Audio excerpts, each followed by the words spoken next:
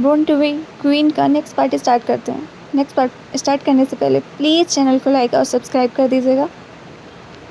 अब तक हमने पिछले पार्ट में देखा था कि वांग जी वीन के साथ मतलब लंच कर रहा था और अपना क्वालिटी टाइम स्पेंड कर रहा था।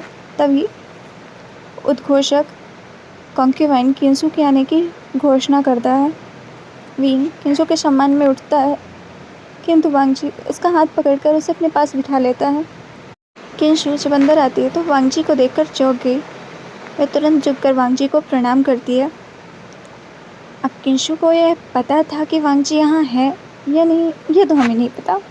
जब किंग अपनी कॉन्क्यूवाइन के साथ अपना क्वालिटी टाइम स्पेंड कर रहे हों, तब वहाँ पर किसी और कॉन्क्यूवाइन का आना या उसके आने की घोषणा करना एक अपराध है, बेवकूफ़ी है, पर एक रूल है। किंसू आंसू भरे आंखों से वांग जी की ओर देखते हुए कहती है, किंग, मुझे नहीं पता था कि आप यहाँ पर हैं। कॉन्क्यूवाइन बीइंग ने यह नहीं बताया कि आप यहाँ पर आ रहे हैं।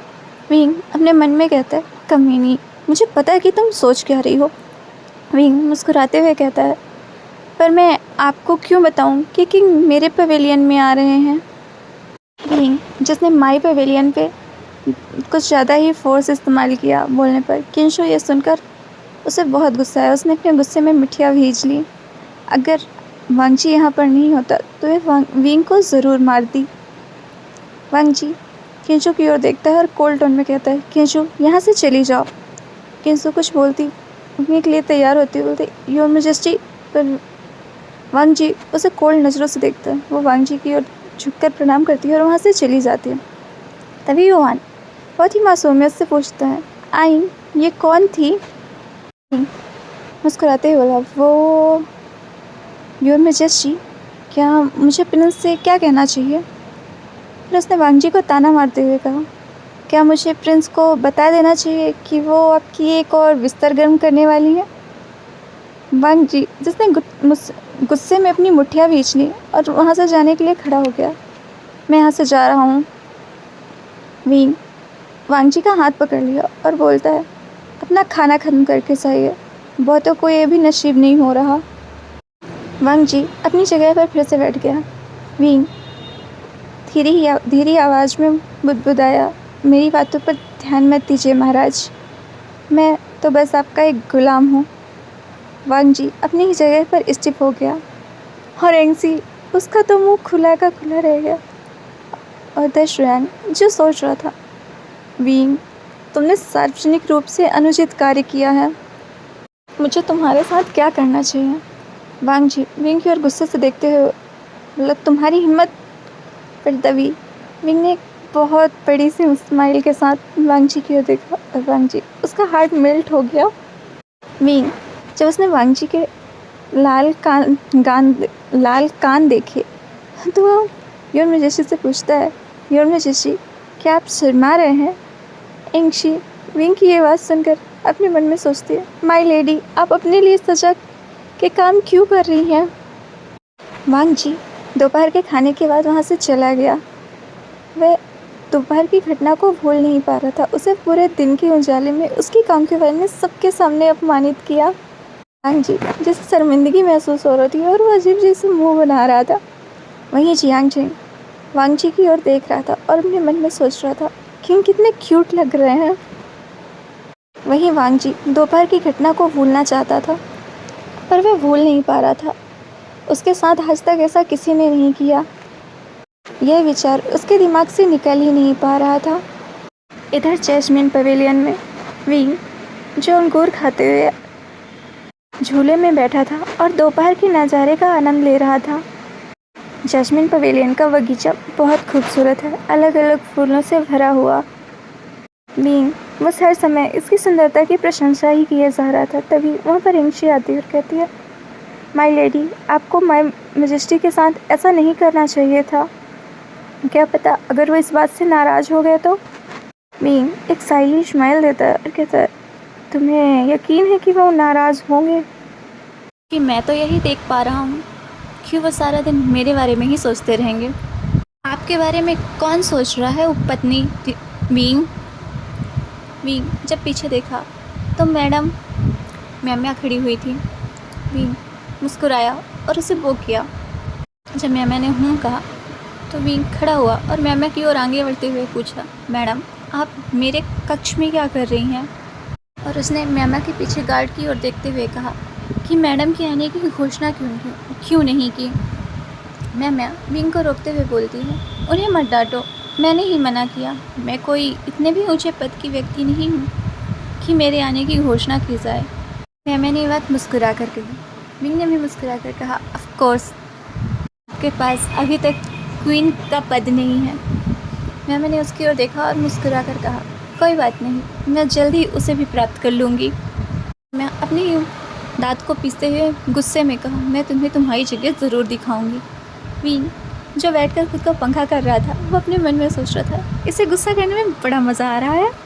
कुछ समय बाद मैम वहाँ से चली गई और विंग भी वहाँ से उठकर प्रशिक्षण मैदान की ओर चल दिया, जहाँ अभी साम्राज्य के 7वें राजकुमार यानी युवान को प्रशिक्षण के लिए ले जाया गया है।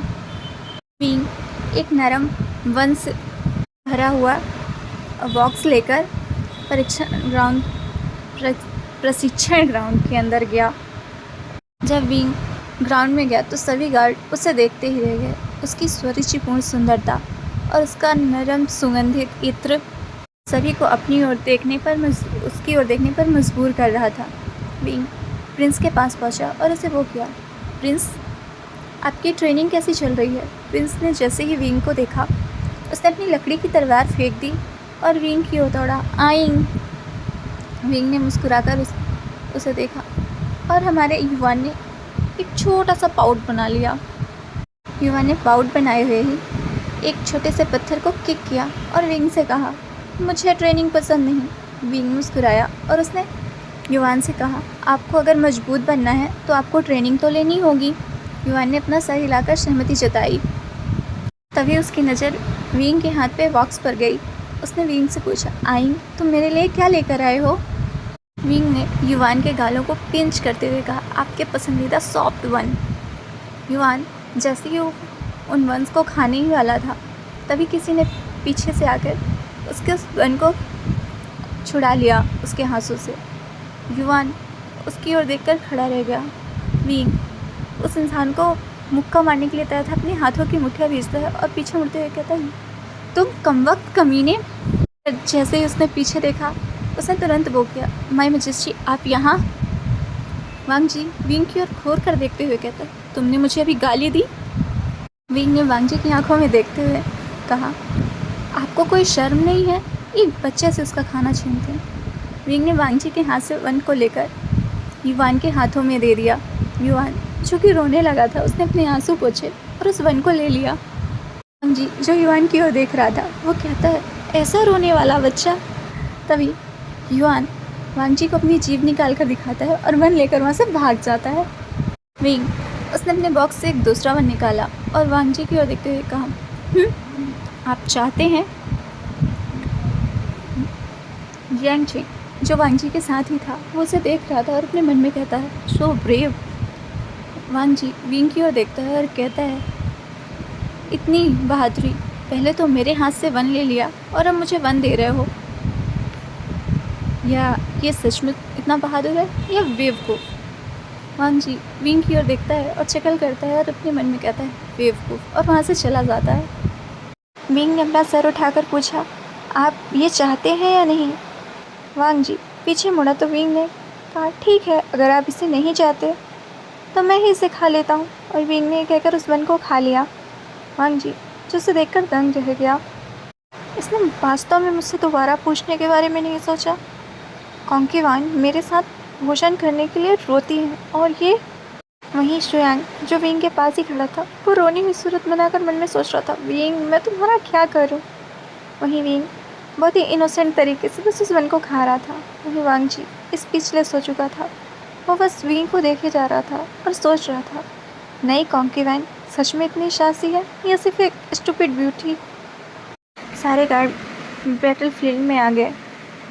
विंग ने भी सुना कि वांग जी बैटल करने वाला है उन सबके साथ, तो वो भी उसे देखने चला गया। थोड़ी देर बाद जब युद्ध समाप्त हुआ और वांग जी जीता तो वह विंग की ओर देखा। उसे लगा विंग उसे कॉम्प्लीमेंट देगा, पर विंग उसे वो किया और वहाँ से चला गया। वांगजी व्हाट द फक, सिर्फ ऐसा ही रिएक्शन दे पाया और वो विंग को जाते हुए देख रहा था। वहीं विंग के जाने के बाद वांगजी किसी काम में अपना मन ही नहीं लगा पा रहा था। विंग वांगजी से बिना चाहे ही उसके टेंशन को ले रहा था। वांगजी जो पूरा टाइम सोच रहा था कि विंग ने उसे इग्नोर क्यों किया, आज से पहले किसी ने ऐसा नहीं किया। रात्रि के समय लान मेंशन में वांगजी अपने नाइट रूम में बैठा कुछ काम कर रहा था, अपने साम्राज्य की परेशानियों के बारे में अच्छे से पढ़ाई कर रहा था। तभी किसी ने दरवाजे पर दस्तक दी। वांगजी ने उधर देखा तो मैडम म्या थी। म्या अंदर आने की परमिशन मांगती है। वांगजी उसे परमिशन देता है तो म्या वांगजी के पास आकर उसके बगल में बैठ जाती है और उसके बाहों को पकड़ लेती है और कहती है, योर मेजेस्टी, मैंने सुना आज आप बैटल को जीत गए। वांगजी बहुत ही कोल्ड टोन में बस बोलता है। म्या वांगजी से कहती है, योर मेजेस्टी, आप मेरा नाम क्यों नहीं लेते? क्या आपको मेरा नाम पसंद नहीं? वांगजी ने एक बार म्या की ओर देखा और वो फिर से अपना काम करने लगा। म्या ने बहुत ही सिलेक्टिव तरीके से वांगजी से पूछा, योर मेजेस्टी, क्या मैं आज रात आपके साथ रुक सकती हूँ? उसने अपना हाथ वांगजी के रोब के अंदर वांगजी के चेस्ट को छूने की कोशिश की। वांगजी ने उसका हाथ पकड़ लिया और म्या की ओर कोल्ड नज़र से देखते हुए कहा, कॉन्सल्ट म्या, आपको आपकी लिमिट पता होनी चाहिए। वांगजी फ्रस्ट्रेट होते हुए अपने मन में सोचता है, ये सभी इतने क्लिंगी और इरिटेटिंग क्यों हैं? उसने गुस्से से म्या की ओर देखा और कहा, मुझे यहाँ पर अकेला छोड़ दें और आप जाएं। म्या वांगजी के गुस्से वाली नज़र को देखकर उसे और गुस्सा नहीं दिलाना चाहती थी, इसलिए उठकर वांगजी को वो किया और अपनी गुस्से में मुठ्ठियाँ मींचते हुए वहाँ से चली गई।